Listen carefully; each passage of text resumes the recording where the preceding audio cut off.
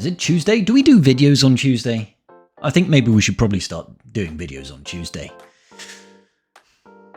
Welcome back, Holotable Heroes, to another Galaxy of Heroes video. I'm your boy Scribble, and today we're going to be discussing roster planning. It is the most exciting aspect of this game. No, let's not talk about roster planning. Let's talk about the fact that the game is changing right about now. We are just coming up to the end of the latest edition of Conquest. Admiral Trench will be in our rosters, at least those of you that have been following my YouTube guides on how to get all of the rewards from Conquest, how to red box that bad boy and get yourself Admiral Trench.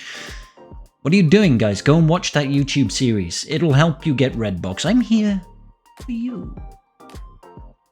So, we are finishing off this latest version of Conquest, and that is Jabba the Hutt. More importantly, it does mean that everybody will be getting Admiral Trench. Not only will people be getting Admiral Trench, the greatest spider to ever click its little teethly claws at us, we are also going to be getting a brand new unit coming to Conquest in a cinema near you very, very shortly. I have recently just hit 9 million GP. I know I'm amazing. Everybody takes the comment section down below. Congratulations, Scribble. Nobody has hit 9 million GP quite in the same manner that you have and done it with such aplomb and style. And I'll tell you, I know. I don't know how I do it, guys. It just comes to me quite naturally. I just hit these GP thresholds like they weren't even there.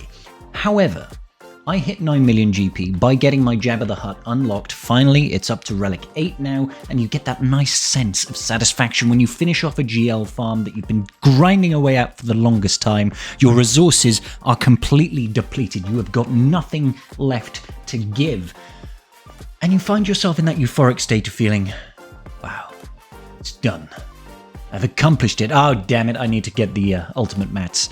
Let's keep on farming for shards, tokens, for Galactic Legends events, but I digress. I hit 9 million GP, I unlocked Jabba the Hutt, and it got me thinking, where do I go?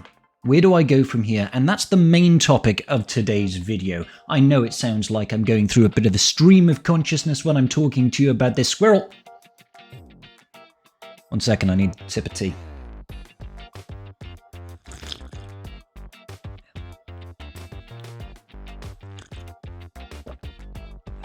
I'm British, we drink tea. Okay? Fine. It got me thinking, where do we go? When I finish off any particular farm, the way my brain works is I've got my farms planned out for generations to come. I know exactly where I'm going, but I understand that not everybody has got a massive brain like me. With Trench coming to the game, it means that we have got a new round of Conquest, and the rumour mill is less of a rumour mill and almost a guaranteed confirm mill at this point. We know that we're going to get a new Conquest, and it is most likely going to be the Sith Fury class Interceptor, which was seen in the Star Wars MMORPG. That's massively multiplayer online role-playing game for a mouthful of anagrams for you. This ship was first seen in the MMORPG Star Wars The Old Republic, and that game is as old as The Old Republic itself at this point, and yet still struggles on, much like Galaxy of Heroes itself.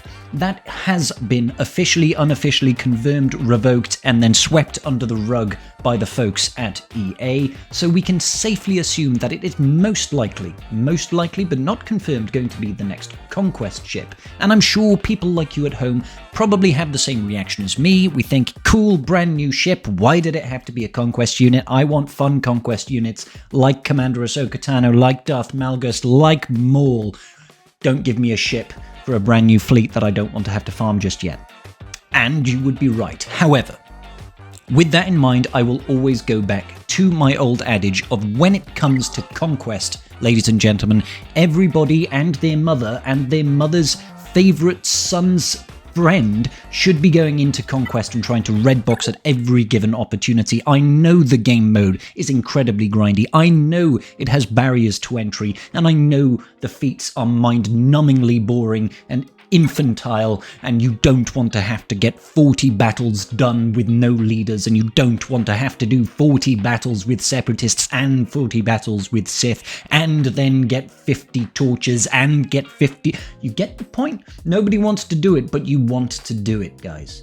You want to do it. And why do you want to do it? That's very, very easy.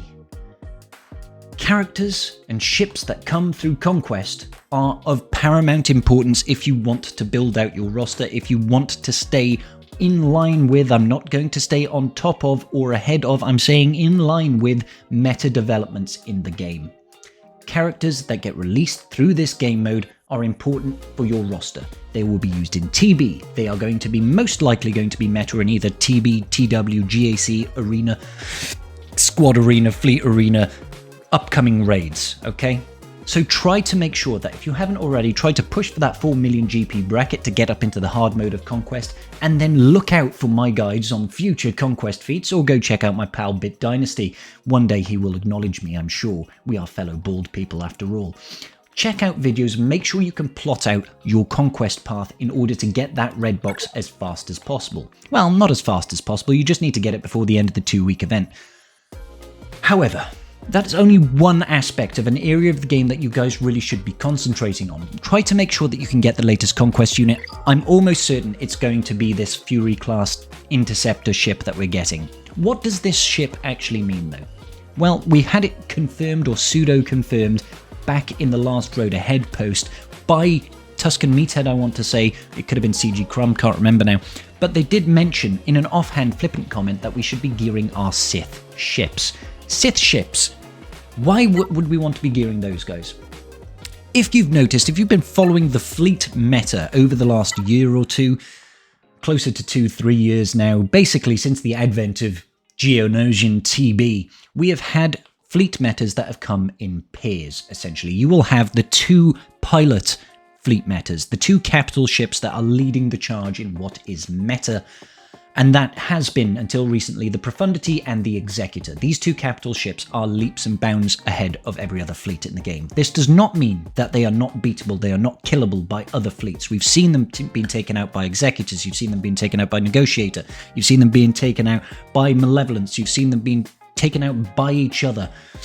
They are beatable, but they are still the best fleets in the game and the most valuable fleets to come.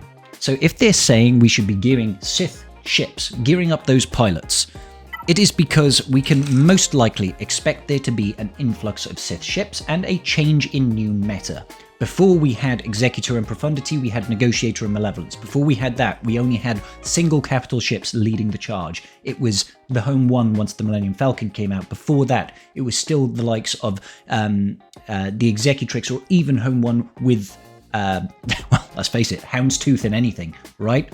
But going forward, we can expect to see a Sith capital ship to join in with this Fury class interceptor. Everybody is currently talking about potentially it being the Ravager coming out for Darth Nihilus as a capital ship, which would then tie in with the remaining Sith fleets. Let's take a look at these Sith ships that we currently have. We've got the Sith Fighter, the Scimitar, the B-28 Extinction Class Bomber. We've got Palpatine's shuttle, and we have got the TIE Advance that belongs to Darth Vader. When we consider the current meta and where these fleets are sat right now, can we honestly say that they have a massively important place in the meta?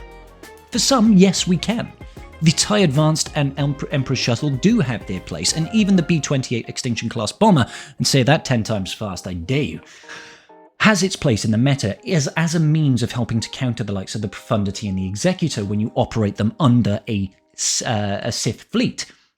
However, the Scimitar and the Sith Fighter really don't have a space per se, and the TIE Advance and the Emperor's Shuttle do have a space, but it's kind of tentative, right? It's tentative. They're not incredibly pivotal. They're not like the meta defining. They are more the off-brand meta that can help take down the big dogs. What CG is most likely pushing is a means for us to get another whole lineup of capital ships. So if we're getting the Sith Fighter, we can presumably see some additional Old Republic era Sith ships coming out to help support that. If we get the Sith Ravager as the capital ship for the Nihilus, and then the Fury Interceptor will go along with that, perhaps it will go in with the Scimitar, perhaps it will go in with the Sith Fighter and the B-28 Extinction Class Bomber, as it is an Old Republic ship, to develop a new meta. This is why it's important. I'm going back to it, guys. Get your Conquest characters, okay? The new one will come out in roughly a month or so, and then we'll have a 3-month period to earn it, which means in 3 months' time, you can expect a brand new fleet meta. What else is coming up on the horizon, ladies and gentlemen? Well, we know way back when in the last So British. We know way back when, in the last edition of The Road Ahead, they were talking about the upcoming announcements for the Fallen Order characters going into Jedi Survivor. We're getting Cal Kestis, we know we're getting Merrin next, we're going to get Tarful, we're going to get Saw Gerrera coming to the game, with the release then of Jedi Survivor Cal Kestis. Great, but that is just a legendary event, more aligned with stuff like Grand Inquisitor. You can say along the lines of stuff like Star Killer and Dr. Aphra, but it's not the same event type. It's not going to be a permanently available legendary event. It's more going to be in the vein of Grand Inquisitor, okay? They're coming out, but that's more of a stopgap. That's filler content, essentially. I'm not saying they're not going to be good, but it's filler content until they get into the meat and bones of it. What is the meat and bones? We know that the meat and bones is going to be the brand new raid that's coming out, the Krayt Dragon raid that is going to come out most likely in, I would say, about June. Maybe end of May, June period. We were told specifically we will get more information in the April State of the Galaxy or Road of the Head. I Road of the State of the Galaxy behind us a long time ago in a galaxy far, far away. We know we're going to get more information very shortly on this brand new raid. What do we know about the raid? It is going to have exclusive characters that get to be used in it. It's going to be restricted by factions. We can use Jawas, I believe. We can use Mandalorians. We can use Hutt Cartel, brand new factions. What's another one of those? Oh, is that Old Republic? Once again, Old Republic. What's in Old Republic, guys? A new focus for the game. So we're going to see Sith Empire ship, potentially, capital ships come to the game. We're going to see Nihilus's Ravager, the Fury-class Interceptor. It's all feeding in here. Do you see where we're going with this? It's all feeding in. The importance of planning where to develop your roster. Where should you focus? This is just where they're building the game to. You can choose to finish up on your back farms, or you can choose to try and get ahead of the curve. Now, I'm personally, in my current state, not delving down into the road of the unknown. I have just finished a farm. What I'm choosing to do with my characters, my resources, my gear, is to just round out this team, bring it up to high relic levels so that I've got that use within TB, I've got that use with the GAC and Territory War, and then I'm going into a wait and see horde. I'm certain that we're going to get a new GL announcement. We have the 40th anniversary of Return of the Jedi coming in at the end of May. We are well overdue for a new galactic legend to come to the game. Jabba has been out for a significant amount of time now, so a new GL is imminent. Everybody has been speculating that it is going to be a Rebel GL, and it's most likely going to be a GL Leia from the original trilogy, not the sequels, most likely, to tie in with that. It would make sense. We are due a light side GL now, so it would very much make sense to go down that route. So what I would just say to you, ladies and gentlemen, is when you finish your farms and when you think about what's coming ahead, just make sure you're keeping abreast of the changes and developments that's coming into the game. Think about, how is this going to affect me in the future? Any resources that you spend now are going to have an impact to your development down the road, either positively or negatively. I've made plenty of bad choices in my time. Ah well, at least he's got a handsome head of hair. How I miss it. How I miss it. But I digress. Ladies and gentlemen, I guess the point I'm trying to make is we are at a very volatile and changing period in Galaxy of Heroes. We are at the cusp of new content. We know it's coming out, okay? We are about to get brand new kits for Merrin. It's going to then go into Tarful. It's going to go into Saw Gerrera, after which we are going to start developing into the new Krayt Dragon raid. We are going to be seeing a new conquest unit. We're getting new Sith fleets coming to the game. These are all joining up to the start of a new era in the game. I don't expect us to see anything brand new as far as brand new game modes outside of the changes to the raiding mechanics, and I do expect that these raids are going to be of paramount importance now in developing our rosters. So make sure that you are cognizant of these changes when it comes to deciding where you develop your rosters next.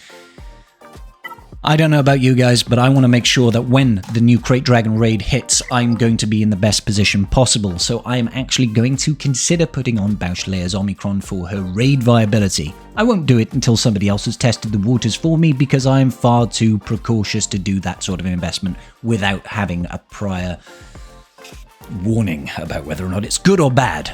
Informed decisions are the best decisions, ladies and gentlemen, but that is about all we're going to do for today. I know this is not normally the kind of content that I cover, but I'm deciding to do something different and just do a video on whatever I want. It's my channel, I'm allowed to do that. Hey, but you know, it is up to you guys to see if this is the kind of content that you'd like to see going forward. Do hit that like button down there if you like this video, and then subscribe. If you hated this video, go to the comments video section and just tell me that this content is utter drivel scribble. I don't want to see it, and then I'll know. But until the next video, ladies and gentlemen of the holotables, peace out, and may the Force be with you.